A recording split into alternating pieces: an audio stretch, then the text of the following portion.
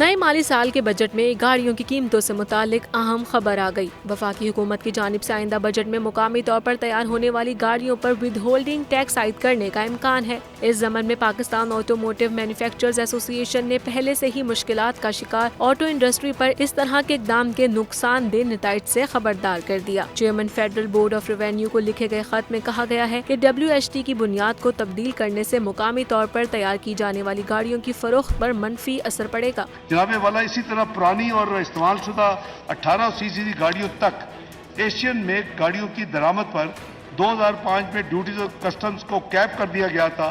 اب 1300 CC سے اوپر کی گاڑیوں کے ڈیوٹی اور ٹیکسز کی کیپنگ کو ختم کیا جا رہا ہے۔ پاما نے FBR سے درخواست کی ہے کہ وہ اس تجویز کو مسترد کر دے کیونکہ اس سے مقامی طور پر تیار کردہ گاڑیوں کی فروخت پر اچھا اثر نہیں پڑے گا۔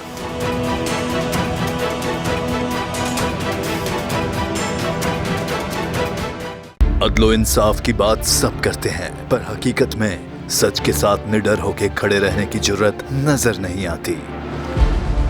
بول نے تشکیل دی 10 کورٹ رپورٹرز کی ٹیم جو کیس کی بیس تک جا پہنچے۔ پینل پہ صفحے اول کے legal experts. Court round up Neelam Arshad کے ساتھ صرف بول پہ۔ سبسکرائب کریں اور بیل دبائیں تاکہ کوئی خبر رہ نہ جائے۔